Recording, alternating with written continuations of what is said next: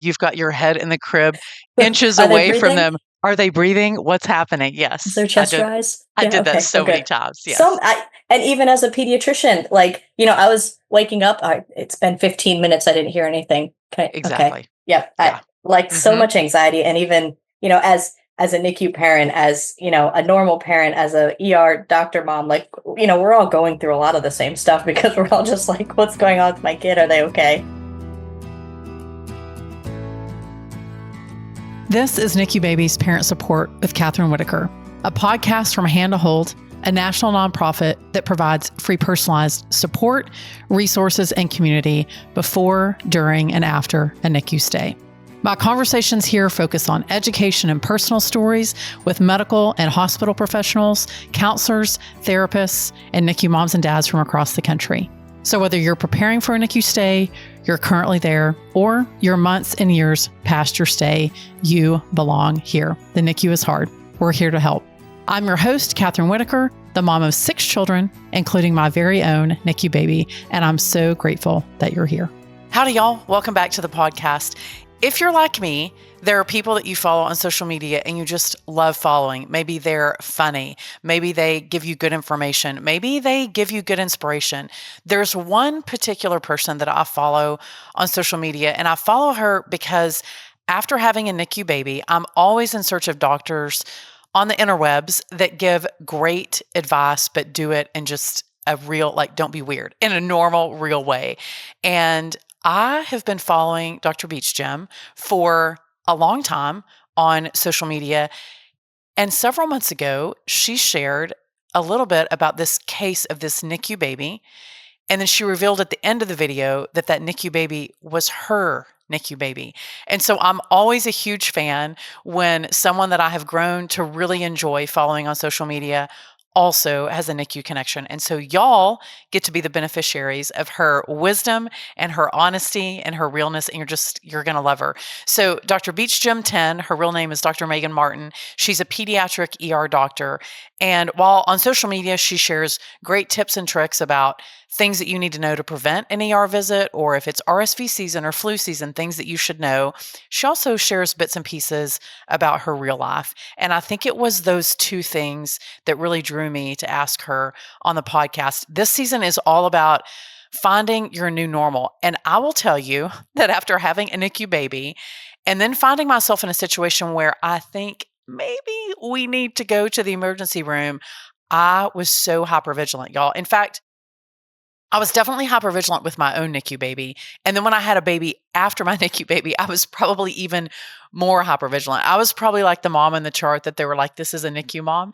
But I felt like y'all might really resonate with someone who is on the other side. So they're an ER doctor and can sort of help maybe allay some of your fears or affirm you or give you good questions to ask the next time that you're with a specialist or with the ER doctor, and how you can make that stay even better for your baby, which is highly stressful and carries a lot of anxiety, but also a real mom who has been in the NICU and knows what it feels like.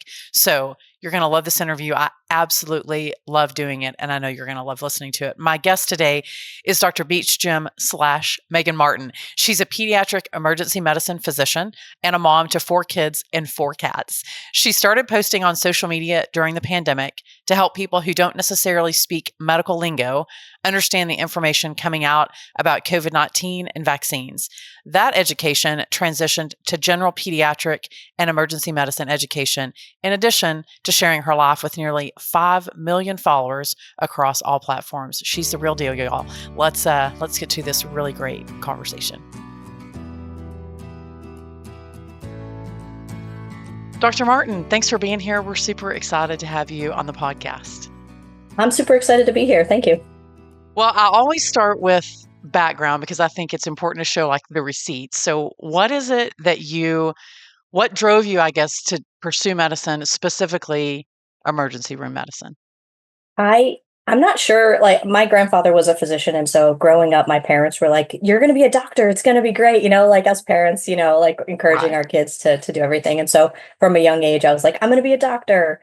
And then throughout the stages, I did some shadowing and stuff in high school and, going to college and doing some research. I was just like, oh yeah, this is actually pretty cool. I really do enjoy this. And so I just continued down the line, and I've always loved kids. They're so fun. There's so much like hope and joy, and Yeah. like the future is pediatrics. And so I fell in love with pediatrics, and I did not fall in love with a lot of things like rounding and clinic time when it's just things are not as fast moving. And so emergency medicine also really appealed to me. So I kind of figured I wanted to do pediatric emergency medicine. And actually, when I went out for the residency match, I had applied for both pediatric and emergency medicine. So before I opened that envelope, I actually didn't know if I was going to do, emergency first or pediatric first. So it was kind of a surprise. Oh, look, you're going to be a pediatrician. I was, okay, cool. That's all right. And I've just continued to just absolutely be in love with the field. And they made fun of me in residency because any moment that I could be down in the ER, I was down. If there's like a patient to be admitted, I was like, oh, what else do you got down here? Let me see. Can I help with this? And so I've just really always had a passion for taking care of kids in the emergency setting. Well, I like to say that emergency room doctors are like kindergarten teachers. There's only certain people that can do them well. Yeah. And I mean, and we see a little bit if you follow Dr. Martin on social media, that I think you're really good at solving problems or helping people learn how to solve their own problems. So, how did you, while you're still practicing medicine, you decide to start getting on the internet, which is kind of brave, I have to say, because sometimes people are a little intense over there. But how did you make the decision to say, hey, maybe I should start sharing this on social media? And then it sort of ballooned. You've got a Yeah. few followers over there. I have a So few followers. That's you have true. a few. So how do you Yeah. how do you balance the two? And then what led you to start sharing in such a public space over there? I think I fell into the same thing that a lot of us fell into in the early pandemic. I've got 4 kids, and before the pandemic, every moment of our day was accounted for. Every night we had a different activity, and all of a sudden the pandemic hits and everything stopped. And we went through, we watched all the Netflix series that everyone else was watching, and we did Right. Tiger King and everything, and then we just kind of sitting around looking at each other like, what now? And so I got a TikTok account, and I started watching TikToks, and then I was like, oh, I'll make a couple TikToks. And, my first couple were a little cringy looking back, but I started seeing a lot of videos from people that were just like grossly wrong, like not even close to correct. And some of them were even from people in the medical field. And I found that very frustrating. And so I started making videos just to kind of beat the misinformation, like kind of myth busting type things, and then talking about the newer research that was coming out, because every day there were 3 or 4 new things coming out about COVID as we learned about the virus and the treatments, and then the vaccines eventually. And so I just started making videos, and people found me very authentic and real, and I explained things in a way that they understood. And I'm just doing what I feel comfortable with, and I never set out to be authentic. I never set out to do this. It's just the way that it came across, and it works well because I really enjoy it. It's an outlet for me. It's a coping mechanism, and people get something out of it. So it just works both ways. Well, I know that I didn't go to medical school, but I did have a NICU baby. And sometimes that throws you into a field that you didn't know a lot about. So I appreciate, like, when I hear, particularly doctors that I follow that I know are well formed in their education, but they're also rooted in their primary vocation of their practice, whatever that may be. And then they sort of share their knowledge with the greater population. I find incredibly encouraging, but also I'm like telling my friends, go listen to this because this is accurate stuff that you're hearing. Like, this is good information. So always ask my kids, what's your source? I need a source. And when they'll say TikTok, I'm like, TikTok is not a source. You got to find the source. So you recently shared on social media how newborns do weird things. So I think maybe for our listeners who have not seen that particular reel, maybe share like what some of those newborn things are that are weird, that are normal and not normal. Kind of give people an idea of what you meant by all that. Yeah. So there are so many things. And, as an emergency room physician, I tend not to see a lot of general pediatric visits, but there are so many times that people will bring their kids in very concerned about something that a kid is doing. And you're like, well, this is actually I know it's weird that they're doing it, but it's actually a completely normal thing that they're doing. one of the things is that babies are so noisy. They make, like, especially newborns, they're grunting and they're sleeping, they're squeaking, and they're making all of these sounds. And it's like, what was that? Was that something? And especially as a new mom, you're trying to sleep, Yes. but you're not really sleeping very deeply because you're trying to listen at the same time. These guys, they make terrible roommates. Like They do. They we definitely do. encourage newborns to be sleeping in the room with parents in their own separate space, but they are terrible roommates. They do not be quiet all night long. They are up and squeaky and moving and doing all this stuff all night long. And it's like, man, what are you even Or when they doing? don't, you're literally, you've got your head in the crib inches Are they away from breathing? them. Are they breathing? What's happening? Is Yes. their chest rise? I Yeah, did that okay. Oh, so many good. times. Yes. And even as a pediatrician, like, I was waking up, it's been 15 minutes, I didn't hear anything. Okay. Exactly. Yep. I Yeah. like so Mhm. much anxiety. And even, as a NICU parent, as, a normal parent, as a ER doctor mom, like, we're all going through a lot of the same stuff because we're all just like, what's going on with my kid? Are they okay? And, we sleep terrible as new moms, and especially Yes. with a squeaky baby right next to you. What about like the bodily fluids that come out of babies? Normal, what's not normal? Because I remember, so I have 6 kids, 23 to 10.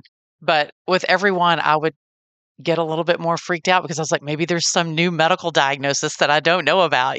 So you start to worry, is this normal or not normal? Yeah, it is very normal for babies to spit up. I think that's one thing that, we look at and we're like, "Oh my gosh, they're spitting up a lot." And even if, people have done videos on it, like a tiny amount, a teaspoon of spit up looks like a cup of fluid, and it's like, that's so Yes. much. And so I think a lot of spit up is not good. If they're not gaining weight, that's not good. If it's anything green, that is not good. We will need to get checked out. Or if it's projectile. So literally, if it comes out, especially in a baby that's like maybe 3 or 4 weeks to about 6 or 8 weeks, that can be something called pyloric stenosis. My nephew had it. And when I say projectile, he was on one side of a king size bed and he actually vomited and hit a computer on the other side of a king size bed. It's very forceful vomiting. So that type of forceful vomiting, we Not want to get normal. evaluated. When it comes to baby poops, I think that's one of the biggest things. Yes. Everyone wants to talk about baby poop, and at every visit, we do talk about baby poop. How much are they pooping? What does it look like? And newborn poop is yellow and seedy and kind of loose, and it's weird. It's nothing like adults poops. And then once they get to that 6 to 8 week mark, they just stop pooping. Their body becomes much more efficient at absorbing all of those nutrients, and they go from pooping 5 or 6 times a day to pooping like once a week. And as long as it's nice and soft, it's not constipation. It's just their body is changing. It's being more efficient. But man, it'll throw you for a loop because all of a sudden they just don't poop. And, if they fuss and they've got gas, and it can be very anxiety provoking for us as parents because we're looking for certain signs, and all of a sudden everything just changes like that. I used to have our very first pediatrician. He was old school. He would have morning call hours from 7 to 7:30 every morning while he was drinking his coffee, and you could call and ask him whatever question you wanted. That poor man got so many questions from me as I would call in and be like, "Dr. Cumming, the poop," and he was so calm, and he would always say, "That's perfectly normal." And almost every time to the time that I called, it was completely normal, and I was just there was a lot of anxiety when it's new, or if you're a NICU mom and you've had these quote unquote normal pregnancies and then this NICU baby comes along, you become pretty hypervigilant. So Yes. maybe let's talk about the hypervigilance part, because how would a NICU mom, or really any mom who has a kid who has a lot of medical complications or a lot of medical challenges, how do you sort of differentiate between this is normal or this is an ER or specialist visit worthy call? Like how do you sort of differentiate between the two? And I think this can be challenging because there's all different levels and complications. And so I think before you leave NICU or maybe that first visit with the pediatrician, with this specific medical condition, what are the things that I need to be alert for? What are the things that I need to be watching out for? Because a kid that suddenly stops peeing, that may be more concerning for a kiddo that has cardiac disease or something like that, or kidney disease. So I think it's really important to specify with your providers, what are the red flags for my specific kiddo? For any kiddo, especially any baby, decreased appetite if they're eating or drinking less, decreased urine output.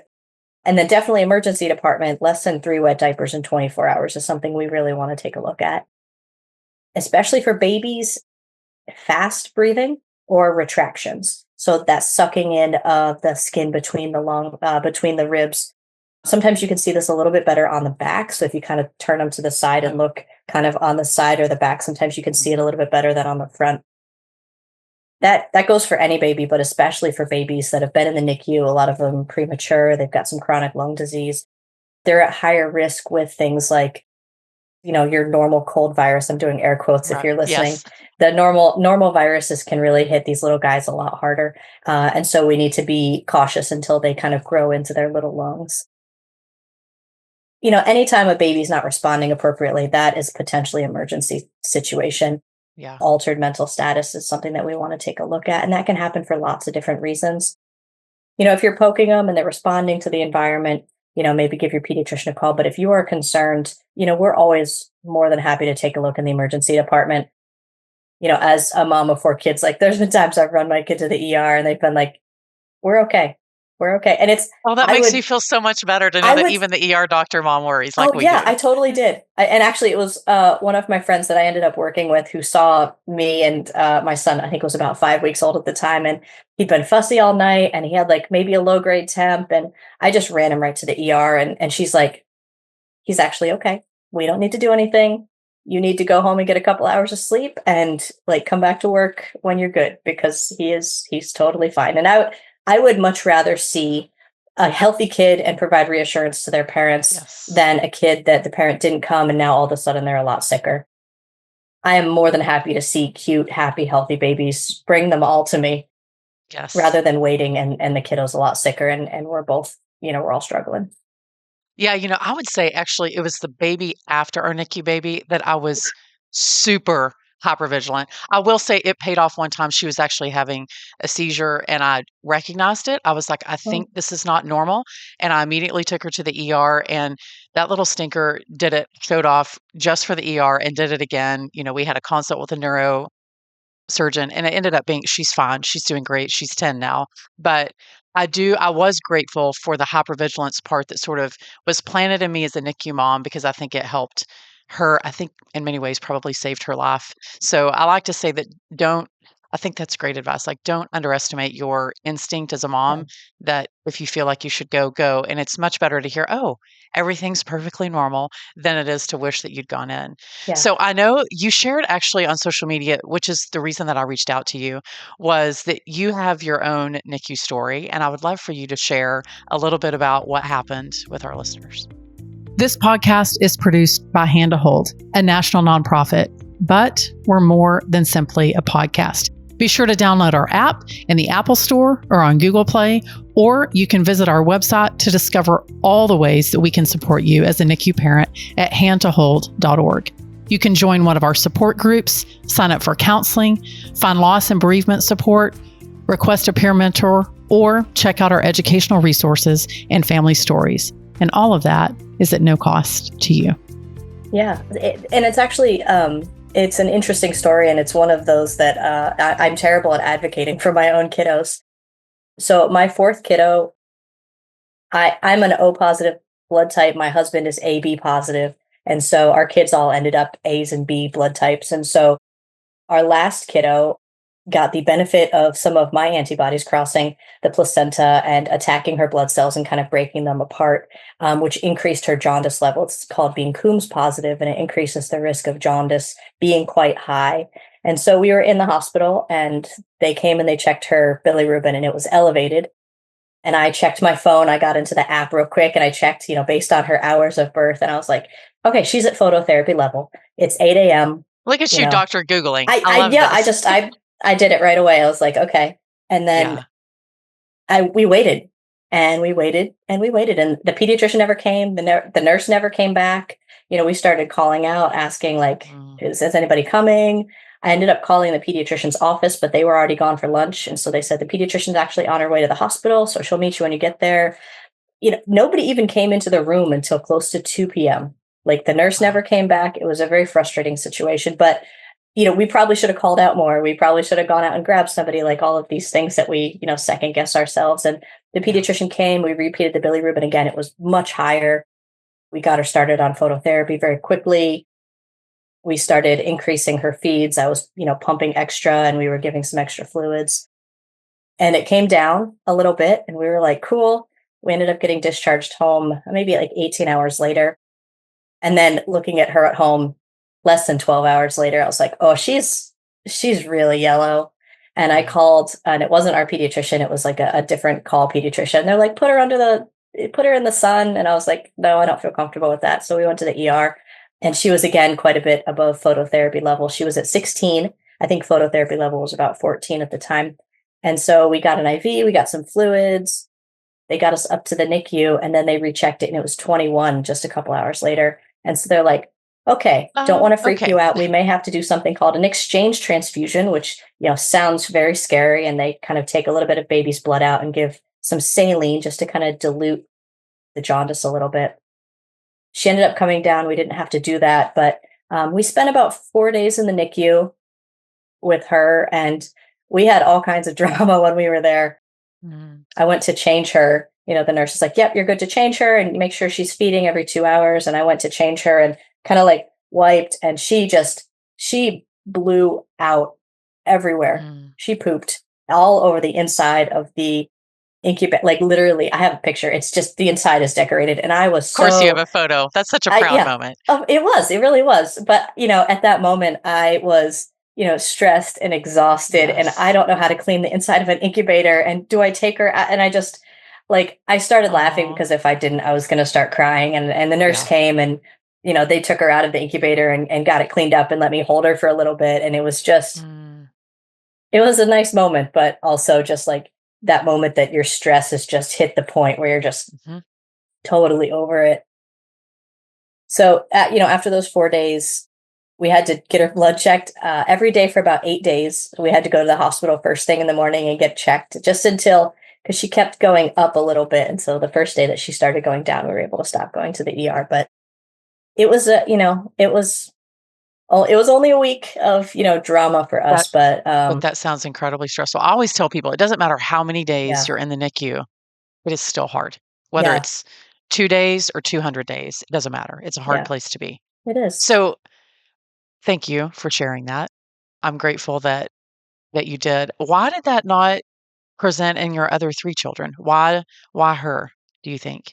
So, it depends on the antibodies. And so the later kids are more likely to get those antibodies. So our first baby was a B, and then it was an A, and then I think an A, and then I think she was B again. So I think she was the second one and just happened to get the antibodies that crossed through. Just kind of unlucky, if you will.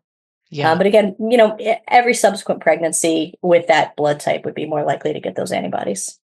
Well, let's go back to the advocacy part the very first time that you were hospitalized, because I will say that is the part of being a NICU mom that I was not prepared for, of how much I was going to have to advocate for my kid. I thought, okay, we will go to the hospital. The specialist or the surgeon will tell us, what they think that we should do based on their lived experience as well as their education.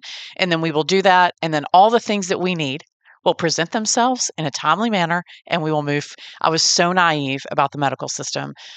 So I found myself spending many more hours advocating for tests, or this is concerning, or pushing. And so I know that you have had some situations, certainly as an ER doctor, but personally too, of how do I advocate and how do I be the squeaky wheel and not be so much annoying as I'm here to push forward with what we need to do next? What advice or what things would you tell people to be a good advocate so that you can get the care that you need, and hopefully in the time that you need it? Yeah. I think it's important to recognize that you are the expert in your child. We're the experts in, pediatric medicine or NICU or surgery or whatever it might be. We're the experts in that, but you're the expert in your child. You know all of the things that they've been through. You know how they've responded to different things. You are the expert in your child, and our job is to partner together to take the best care of your child that we can. So we need your input, you need our input, and then we need to move forward with a plan that works for everybody. And I think the most important thing is communication. And so if they're not communicating with you, it's time to ask questions. Tell me more about why you think that's the best plan. Tell me about why this wouldn't be a good test to run. And, do you think we could try a therapy like this to see if this helps? And hopefully they're able to sit down and explain to you, how they're feeling and stuff like that. If you don't feel like you're getting the answers from that person, the next thing is to continue to move forward to the next person. And I think a good person to always have a chat with, if there's any issues at all, is the charge nurse on the unit. The charge nurse is, the brain, the operations of that department. It's not the physician usually, it's usually the charge nurse. They have their hand on everything that's happening. They know all of the different players, and to be able to sit down with them and say, I'm concerned that, my child has this going on and it's not being addressed. How do you think that we could partner to get this going further? Or how, could we get this person back to talk a little bit more about, their perspective on why they're thinking this? And then you can always go further and further up if you don't think that you're getting the care that they deserve. And usually a hospital will have something like a condition H, which is something that you can call, and it kind of calls like a rapid response, if you will. It calls some different players together in the hospital to evaluate the patient and make sure that we're safe and we're all moving forward with a plan that everyone's comfortable with. And if you are at a point where you're concerned about your child or your even your own safety, most hospitals will have something like this. And so, when you get admitted to the NICU, or if you get admitted to the hospital or whatever it might be, I would ask, do you guys have something like a condition H, or a condition where I can call that, we could get, further evaluation, or if things aren't going well, that we could have a moment to communicate about what's going on. And so I think having those resources and having those tools can be really helpful. That's super helpful. And I love your advice about the charge nurse, because I would always ask my nurses when a doctor would round, and maybe we were looking for a specialist and there might be, 7 nephrologists, which one?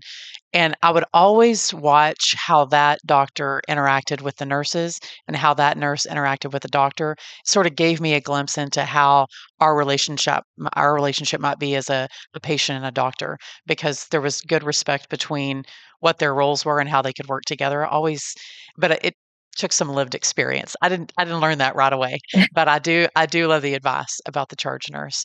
Yeah. So I always ask, sort of at the very end, sort of people's advice. I mean, you give advice and wisdom all day long, but I'm curious what you would say. Like, what would be your best advice to a NICU parent who maybe finds themselves in the ER and they're feeling high anxiety? What would you share with them? So I think the first and most important thing, if possible, is to get to a pediatric hospital. If it is safe, if you think you have the time, try to get to a pediatric hospital. We're very privileged in our area that we live, pretty close to one, mine, which is wonderful. But pediatric hospitals are going to be more familiar with the NICU babies in general, the terms that we use to describe their diagnoses and the care that they received in the past. So trying to get to a pediatric hospital is ideal. The other thing that I would try to do is, if you have a discharge summary from the NICU visit, if it's not the hospital that the care happened in, if you have a discharge summary, that says everything that happened during their visit. And that way, it's a really easy way to just hand it to the doctor and say, this is what's going on with our kiddo. We followed up, we're off this medicine, but everything else is the same. It's a really nice way for, me as a provider to say, okay, I understand exactly what's going on with this kid. This is the best way that we can move forward, I think, with their care. And so making sure that you're able to communicate the medical problems with the provider, with what's going on. I think it's really nice. Most hospitals, pediatric hospitals, will have a child life person available. We have one in our emergency department who's we have 2 that kind of trade off. They're absolutely lovely. And they really help advocate for parents, kids, for their safety, for their comfort, making sure that we do everything to keep them as comfortable as possible, including, maybe the parent is holding them while they're putting an IV in. And I think that can help the parent's anxiety. Now, if you're a parent that says, I don't feel comfortable watching the IV, please feel free to step out. If that makes you feel the most comfortable, your kiddo seeing you freaking out and anxious, doesn't help the situation at all. They read a lot off of your face. And so if you're like, I'm going to freak out during this, I'm going to step out and I'll be right back when you're done. Whatever makes you comfortable, just communicate that with your team. And we're more than happy to try to support you in whatever that is. I think we we as pediatric providers understand that our NICU parents have been through some stuff. And as you mentioned, like being a NICU parent is an education in and of itself. You understand the words, you understand the care, you understand that your kiddo is fragile, and you have that kind of anxiety, maybe PTSD from it, where the beeping monitor is, I'm not going to leave that monitor beeping for you. I'm going to turn that monitor off, or I'm going to silence that monitor for you, because I understand that that monitor is going to be a problem. So letting us know, and even if it's not the kiddo that was in the NICU, if you say, I had a NICU patient in the past, and so that's where I'm coming from, as a parent, it helps us understand, that we're all in the same place, and it helps us care for baby a little bit better. I've long thought that I should get a name tag that says former NICU parent. So then it's just like a fast pass, in the sense that, like, don't ask me maybe some of the questions that you might ask other people, because I already know, or like, you don't need to speak in code around me because I know exactly what that means. So let's start there. That's such good advice. And I'm grateful that you mentioned child life specialists. They are amazing at hospitals. They have taught me not just in how to manage things with my NICU baby, but also with my other children in medical situations. I always end up being the mom that's around when some kid that's not mine has some medical emergency. And I'm like, it's going to be fine. And I always go back to what I learned from child life specialists. They are amazing, amazing resources at the hospital. Dr. Martin, thank you for all that you share on social media. And I know that you are a gift to the patients that you serve in the emergency room, but thank you for what you do.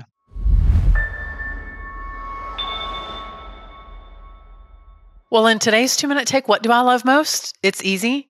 I loved the honesty of Dr. Martin. Okay, there's really two things that she shared that I think really resonated with me, and I hope they resonated with you. One is, can I tell you how reassuring it is to hear a pediatric ER doctor say, you know what, probably should have gone into the doctor earlier.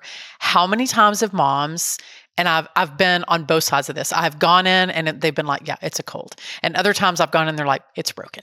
So the spectrum has been wide, okay, as to when I should have gone in. And it was so reassuring to hear a doctor say, hey, sometimes you get it wrong. Sometimes you should have gone in earlier, or sometimes you should have stayed at home and it all would have worked out okay. I think you just have to follow your instinct and know that you're going to make some mistakes.